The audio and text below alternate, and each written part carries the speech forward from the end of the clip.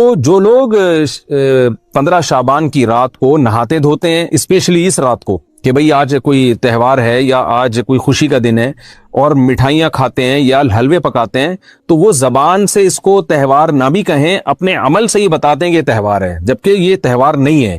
اسلام میں کوئی اس کی ایک ضعیف روایت بھی نہیں ہے کہ آپ صلی اللہ علیہ وسلم نے، میرے علم میں نہیں ہے، کم از کم ہو سکتا ہے کوئی موضوع من گھڑت روایت موجود ہو جس میں کوئی کہیں بھی نہیں ہے کہ آپ صلی اللہ علیہ وسلم نے اس رات کو ہمیں نہانے کا حکم دیا ہو، یا اچھے کپڑے پہننے کا حکم دیا ہو، یا کھانے پینے کا یا حلوے کھلانے کا، ہمیں حلوے مانڈے کا ہمیں حکم دیا ہو۔ تو اللہ کا واسطہ یہ بدعت ہے، اس کو ختم کریں اپنے معاشرے سے۔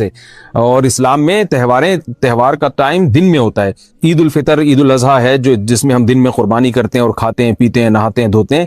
راتوں کے یہ کام نہیں ہے، رات کو آپ سوئیں یا عبادت کریں۔ تو ایک چیز تو یہ تھی جو میں بتانا چاہ رہا تھا۔ دوسری چیز، اس رات کو قبرستان جانا، دیکھیے اس بارے میں حدیث پیش کی جاتی ہے، مشہور حدیث ہے، لوگ سنتے رہتے ہیں کہ نبی صلی اللہ علیہ وسلم رات کو اٹھے اور امی عائشہ رضی اللہ تعالیٰ عنہ بھی آپ کے پیچھے چلی گئیں، اور آپ صلی اللہ علیہ وسلم جنت البقیع میں مغفرت کی دعا مانگ کے تشریف لے آئے واپس۔ تو یہ حدیث انتہائی درجے کی ضعیف حدیث ہے، اور ایک تو ضعیف حدیث ہے، دوسری بات یہ کہ اگر ہم تھوڑی دیر کے لیے فرض کر لیں یہ صحیح حدیث ہے، اور ہم کہتے ہیں کہ بھئی نبی صلی اللہ علیہ وسلم نے یہ عمل کیا ہے، تو صحابہ میں سے کسی سے ضعیف حدیث سے بھی ثابت نہیں ہے کہ کوئی اس رات قبرستان گئے ہوں۔ حضرت ابو بکر کے بارے میں کوئی روایت نہیں ملتی کہ اس رات قبرستان گئے ہوں، حضرت عمر کے بارے میں کوئی روایت نہیں ملتی، یہ کسی ایک صحابی کے بارے میں نہیں۔ تو آپ مجھے بتائیں کہ یہ کیسی سنت ہے کہ جو صحابہ کی سمجھ میں نہیں آئی اور ہماری سمجھ میں آ گئی ہے؟ تو مشرکین مکہ یہ کہا کرتے تھے لو کان خیرن ما سبقونا الیہ، قرآن مجید کی آیت ہے کہ اگر یہ اسلام میں کوئی خیر ہوتی تو یہ صحابہ ہم سے پہل نہ کرتے، یہ صحابہ نے ہم سے پہل کیا ہے، اس کا مطلب ہے یہ اسلام خیر کا کام نہیں ہے۔ تو مشرکین کو صحابہ سے چونکہ نفرت تھی، اس لیے کہتے تھے کہ یہ چونکہ اسلام کو فالو کر رہے ہیں تو یہ اس کی علامت ہے کہ اسلام خیر نہیں ہے، کیونکہ خیر میں تو ہم صحابہ سے آگے ہوتے ہیں، اپنے بارے میں ان کا یہ اس خوش فہمی میں مبتلا تھے وہ۔ لیکن ہماری رائے کیا ہے؟ ہم یہ کہتے ہیں کہ لو کان خیرن لسبقونا الیہ، وہ کہتے تھے لا سبقونا، ہم کہتے ہیں لسبقونا، کہ اگر کوئی بھی خیر کا کام ہے تو صحابہ ہم سے ضرور اس میں پہل کریں گے، یہ ہو نہیں سکتا کہ خیر کا کام ہم کریں اور صحابہ نے نہ کیا ہو۔ تو اسی طرح میں یہ عرض کرتا ہوں کہ دیکھیں اگر قبرستان جانا اس رات میں سنت عمل ہوتا تو صحابہ یقیناً جایا کرتے، کوئی ایک صحابی تو گیا ہو۔ یہ کیسی بات ہے جو صحابہ کی سمجھ میں نہیں آئی اور ہماری سمجھ میں آ رہی اور ہم قبرستان جا رہے ہیں اس رات کو؟ چلیں اگلا اسٹیپ تھوڑی دیر کے لیے فرض کر لیتے ہیں کہ نبی صلی اللہ علیہ وسلم جو ایک رات قبرستان گئے، فرض کر لیں وہ حدیث بھی صحیح ہے، یہ بھی فرض کر لیں کہ صحابہ اگرچہ نہیں گئے مگر ہم صحابہ سے بھی زیادہ آگے نکلنے کی کوشش کرتے ہیں اور صحابہ کو سمجھ میں نہیں آیا، ہمیں سمجھ میں آ گیا، تو چلیں فرض کر لیں تھوڑی دیر کے لیے کہ اس رات کو جانا ہم سنت مان لیتے ہیں، آپ کے دلائل ہم مان لیتے ہیں اور صحابہ کی سمجھ میں نہیں آئے لیکن ہماری سمجھ میں زیادہ آ رہا ہے، ہم فرض کر لیتے ہیں، مان لیتے ہیں کہ اس رات قبرستان جانا سنت ہے۔ تو آپ مجھے بتائیں نبی نے جو عمل جس طرح سے کیا ہو اس طرح سے سنت ہوگا، یا آپ اپنی طرف سے جس کو ہم پشتوں میں کہتے ہیں اخپل طریقے سے کرنا سنت ہے؟ نبی نے فجر کی 2 رکعتیں پڑھی ہیں اور ہر رکعت میں 2 سجدے کیے ہیں، آپ اگر فجر کی 3 رکعتیں پڑھیں گے تو کیا نماز ہو جائے گی آپ کی؟ اب آپ دلیل میں یہ کہیں کہ نبی نے فجر کی نماز پڑھی ہے تو مجھ پر بھی لازم ہے، تو بھائی نبی نے پڑھی ہے تو جیسے نبی کے پڑھنے سے آپ پر پڑھنا لازم ہو گیا تو جس طرح سے پڑھی ہے اسی طرح پڑھنا لازم ہوگا، اخپل طریقے سے پڑھنا لازم نہیں ہوگا۔ تو اسی طرح یاد رکھیں، فرض کر لیں کہ نبی قبرستان گئے ہیں اور یہ قبرستان جانا سنت ہے، تو نبی کس طرح گئے ہیں اور کتنی دفعہ گئے ہیں؟ نبی رات کو چپکے سے اٹھ کے گئے ہیں، کوئی کسی کو آپ نے جمع نہیں کیا، کسی کو بتایا تک نہیں، جو اس حدیث سے پتہ چل رہا ہے ہمیں، اگرچہ یہ ضعیف حدیث ہے لیکن فرض کر لیں یہ صحیح ہے، تو کہیں پتہ بھی نہیں چل رہا، چپکے سے قبرستان گئے اور چپکے سے واپس آئے، اور پوری زندگی میں ایک دفعہ گئے، جبکہ ہمارے ہاں ہر سال قبرستان میں لوگ جا رہے ہیں، جب بھی شب برات آتی ہے لوگ قبرستان جاتے ہیں ہر سال، نبی ایک دفعہ گئے اور آپ ہر سال جا رہے ہیں۔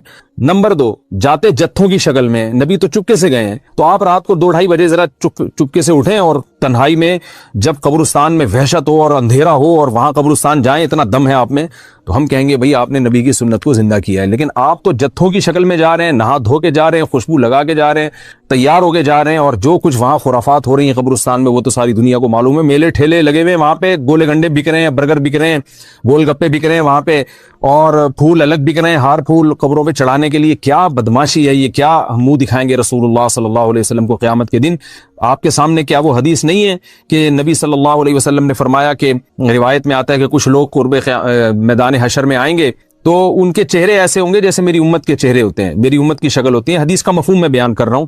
تو جب وہ حوض کوثر کا پانی پینے کے لیے میرے پاس آئیں گے تو فرشتے ان کو بھگائیں گے، سحقن سحقن. تو آپ صلی اللہ علیہ وسلم پوچھیں گے یہ تو میری امت ہے، آپ تو فرشتے کیا کہیں گے کہ یہ آپ کی وہ امت ہے جنہوں نے آپ کے دنیا سے جانے کے بعد دین میں ایسی چیزیں ایجاد کر لی تھی جن کا آپ نے حکم نہیں دیا. تو آپ کیا فرمائیں گے؟ سحقن سحقن، دور کرو ان سے. تو ایسا نہ ہو کہ ہم قیامت کے دن رسول اللہ صلی اللہ علیہ وسلم کی شفاعت سے محروم ہو جائیں.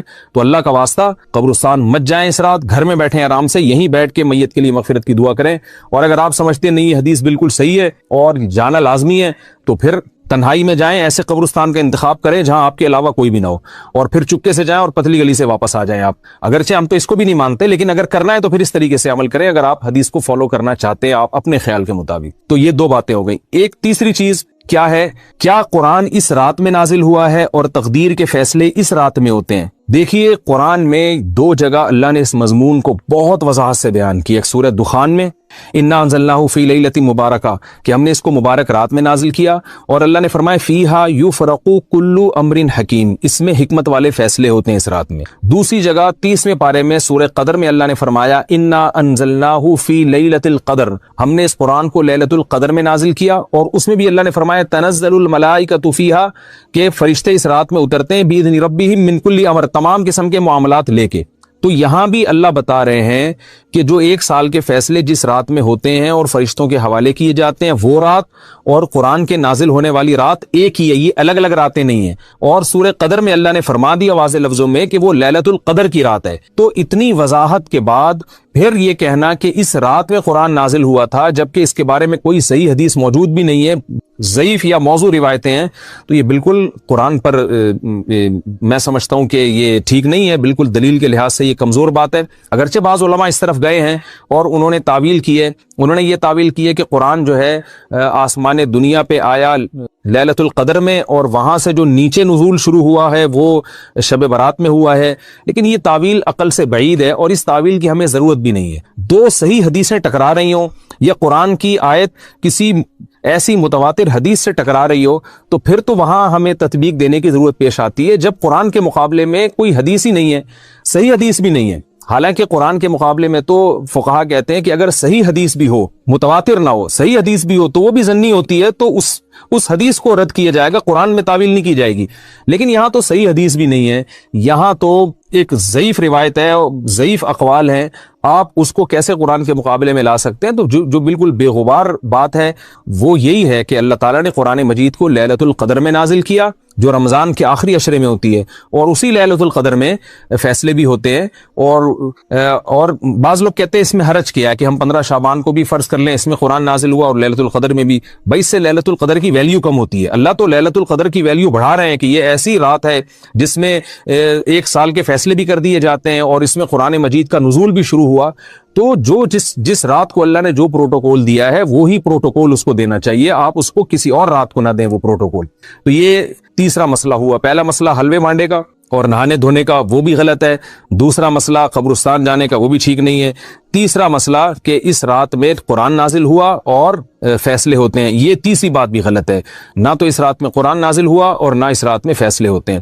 چوتھی چیز کہ کیا اس رات کی میں عبادت کی کوئی فضیلت ہے سرے سے یا نہیں ہے، یہ ایک علمی مسئلہ ہے. تو اس بارے میں خوب اچھی طرح سمجھ لیں کہ اس بارے میں جتنی بھی احادیث ہیں جو اس رات کی فضیلت کے بارے میں ہے کہ بنو کلب کی بکریوں کے برابر مغفرت ہوتی ہے اور بکریوں کے بالوں کے برابر، اور یا جو بھی اس بارے میں روایات ہیں کہ سب کی بخشش ہو جاتی ہے سوائے اس شخص کے جو کسی کے دل میں کینہ رکھتا ہے. تو یہ جتنی اس رات کی فضیلت میں احادیث ہیں تو ایک بات تو خوب اچھی طرح سمجھ لیں، اس پر تمام محدثین کا، جہاں تک میں نے دیکھا ہے، تمام محدثین کا اتفاق ہے کہ اس کی فضیلت میں صحیح حدیث ایک بھی نہیں ہے. اس رات کی فضیلت میں ایک بھی صحیح حدیث موجود نہیں ہے.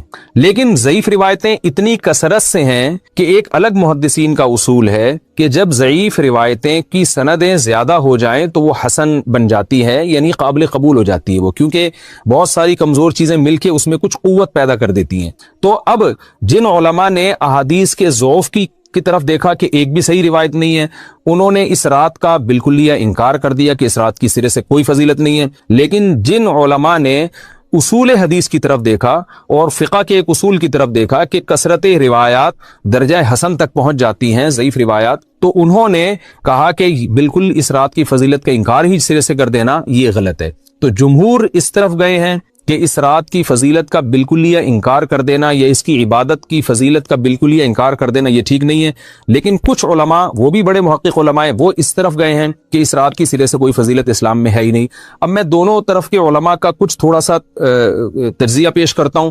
تو جو علماء یہ کہتے ہیں کہ اس رات کی فضیلت ہے اور فضیلت میں کثرت سے روایات ہیں اور اس میں بڑے بڑے علماء داخل ہیں، امام شافعی رحمہ اللہ تعالی جیسے مجتہد بھی ہیں جو اس رات کی فضیلت کے قائل ہیں۔ باقی ائمہ سے مجھے جو ہے نا امام ابو حنیفہ سے کچھ نہیں ملا اس رات کی فضیلت کے بارے میں، اور امام احمد ابن حنبل سے بھی مختلف روایات ملی ہیں، اس لیے میں جزم سے کسی اور امام کے بارے میں نہیں کہہ سکتا، لیکن امام شافعی سے بہرحال اس کی فضیلت صراحتاً منقول ہے، اگرچہ انہوں نے بھی اعتراف کیا ہے کہ اس کی روایات کے بارے میں جتنی اس بارے میں روایات ہیں وہ ضعیف ہیں، لیکن وہی ایک اصول ہے کہ جب ضعیف روایات بہت کثرت سے ہوتی ہیں تو درجہ حسن تک پہنچ جاتی ہیں۔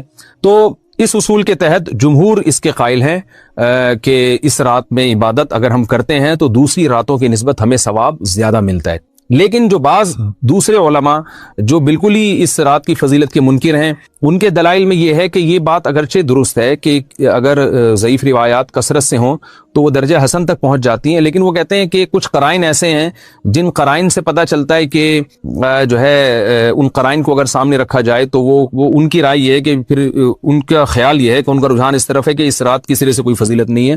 ان قرائن میں ایک چیز یہ بھی ہے کہ اس کے بارے میں جو روایات ہیں ان میں بہت زیادہ ثواب کی بشارت سنائی گئی ہے۔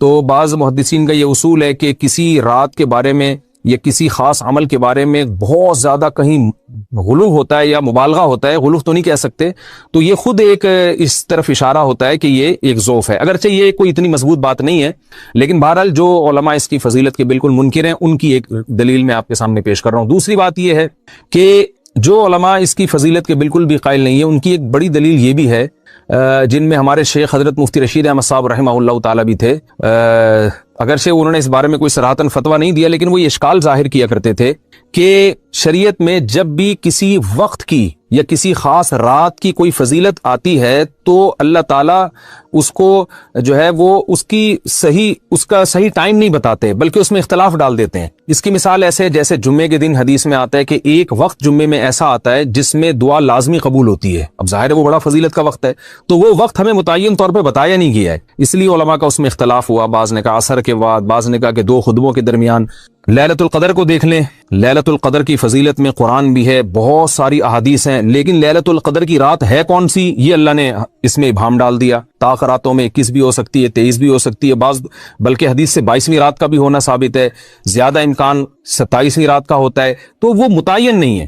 تو جو علماء کہتے ہیں اس کی سرے سے کوئی فضیلت ہی نہیں ہے، ان کا رجحان وہ ان کی ایک یوں سمجھیں کہ دلیل تو نہیں لیکن ایک استئناس کہتے ہیں اس کو، کہ اس سے ان کے اس نظریے کو تقویت ملتی ہے کہ اگر یہ اس کی اتنی زیادہ فضیلت ہے تو اس کی تعیین میں اختلاف بالکل بھی نہیں ہے، تو یہ وہ کہتے ہیں کہ یہ مزاج شریعت کے خلاف ہے۔ اور تعیین میں اختلاف ہوتا کیوں ہے؟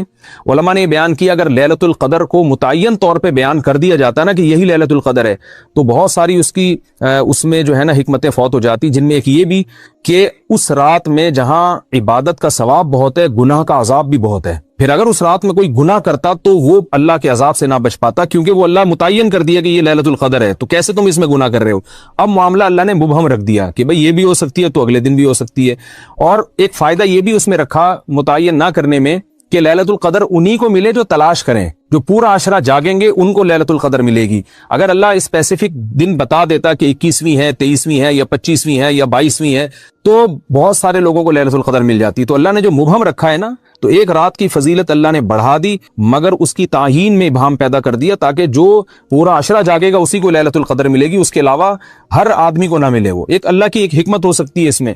تو یہ 2 حکمتیں ہیں کہ اس میں گناہ اگر کوئی کرے تو اس پر عذاب نہ آ جائے، کیونکہ اگر متعین کر دیا جائے گا تو پھر گناہ کیسے تم کر رہے ہو اس رات میں، تو اللہ نے اس میں بھی ابہام پیدا کر دیا۔ جو گناہ کرنے والا ہے اگرچہ وہ بڑا گناہ گار ہے اس رات میں، چاہے وہ رمضان کا آخری عشرے میں کسی رات میں بھی گناہ کرتا ہے، لیکن کم از کم اتنا عذر تو ہے کہ اس کو کیا پتا تھا کہ یہ آج لیلۃ القدر ہوگی۔ تو جو 15 شعبان کی رات ہے اس کی بہت زیادہ فضیلت ہے، تو پھر یہ رات کو متعین کیوں کر دیا گیا؟ یہ ان علماء کی دلیل میں بیان کر رہا ہوں جو اس کی فضیلت کے بالکل بھی قائل نہیں ہیں، لیکن بہرحال حقیقت یہ ہے کہ جمہور علماء اس کی فضیلت کے قائل ہیں، کیونکہ یہ جو میں نے دلائل دیے کہ وہ علماء جو اس کی فضیلت کے سرے سے منکر ہیں، ان کے یہ دلائل کو ہم دلیل نہیں کہیں گے بلکہ استیناس کہیں گے، کہ استیناس کہتے ہیں کہ ایک چیز استدلال نہیں ہے بلکہ ان اپنے نظریے کی تقویت کے طور پر ایک چیز کو پیش کر دینا جس سے یہ لگتا ہو کہ واقعی یہ صحیح کہہ رہے ہیں، اس کو استیناس کہتے ہیں، میں جو آسان لفظوں میں سمجھانے کی کوشش کر رہا ہوں، اور ایک استدلال کہتے ہیں کہ ایک ریسرچ کو، ایک پوری تحقیق کو۔ تو جمہور کا مذہب ایک اصول پر مبنی ہے کہ بھئی اتنی ساری روایات ہیں اور ضعیف ہیں، ان میں ٹھیک ہے کچھ موضوع بھی ہیں لیکن بہت ساری ایسی ہیں جو موضوع بھی نہیں ہیں، تو ضعیف روایات ہیں جب اتنی کثرت سے ہیں اور اس میں ہے بھی عبادت کا تذکرہ، تو عبادت کرنے میں کوئی حرج بھی نہیں ہے، تو لہذا انہوں نے اس کو جو ہے نا اس کو دلیل بنایا ہے، اور اصول کے لحاظ سے یہ بات درست ہے۔ تو اس اصول کو اگر کوئی فالو کرنا چاہے تو اس رات کی عبادت اس کے لیے بالکل ٹھیک ہے، اور اللہ کی رحمت سے امید ہے کہ اس میں اس کو ثواب زیادہ ملے گا۔ تو جمہور ایک طرف ہیں اور بعض علماء دوسری طرف ہیں۔ تو یہ میں نے صرف اس لیے بیان کر دیا کہ اس رات کی فضیلت میں اتفاق نہیں ہے بلکہ مختلف فی ہے، مجتہد فی ہے، اختلاف رائے اس میں ہو سکتا ہے۔ تو اگر کوئی عالم اس رات کی فضیلت کا بالکل ہی انکار کرے اور ان علماء کا بھی احترام کرے جو اس رات کی فضیلت کے قائل ہیں، تو پھر اس عالم پر رد کرنے کا حق نہیں ہے۔ دوبارہ میں اپنی بات کو ریپیٹ کرتا ہوں، اگر کوئی عالم یہ کہے کہ اس رات کی سرے سے کوئی فضیلت نہیں ہے تو اس عالم پر طعن و تشنیع جائز نہیں ہے، کیونکہ ان کے بھی کچھ نہ کچھ استدلالات ہیں۔ ہاں، اگر کوئی عالم اس رات کی فضیلت کا انکار کر کے جمہور کے مذہب کو بالکل غلط قرار دیں اور اس عمل کو، یہاں اس رات کی عبادت کو بالکل بدعت قرار دیں، اور جو اس رات میں عبادت کر رہے ہیں یا اس کی فضیلت کے قائل ہیں ان کو بدعتی قرار دیں، تو یہ غلو ہو جائے گا، یہ زیادتی ہو جائے گی، جو کہ بالکل غلط ہے۔ کیونکہ جب دونوں طرف دلائل ہیں تو اعتدال والی رائے اختیار کرنی چاہیے، اور کسی ایک طرف بہت زیادہ جھکاؤ یا کسی ایک کو 100% غلط قرار دے دینا، بدعتی قرار دے دینا، یہ درست نہیں ہے۔ تو ہماری قوم میں ایک مزاج ہے کہ بس اپنی رائے کو مسلط کرتے ہیں اور دوسرے کی رائے کو مانتے ہی نہیں۔ تو عوام کے لیے کیا ہے؟ لوگ کہتے ہیں مفتی صاحب کنفیوز کر دیا آپ نے، تو لٹکا کے چھوڑ دیا ہمیں۔ بھائی میں کنفیوز نہیں کر رہا، عوام جمہور کے مذہب کو فالو کرے گی، جمہور میں بڑے بڑے علماء ہیں، وہ اس کی فضیلت کے قائل ہیں اور وہ اس کے قائل ہیں کہ اس رات میں عبادت کرنی چاہیے، تو آپ جمہور کے مذہب کو فالو کر سکتے ہیں۔ تو اب یہ بات تو ہو گئی جمہور کا مذہب، میں نے آپ کو بتایا کہ وہ اس رات میں فضیلت کے قائل ہیں۔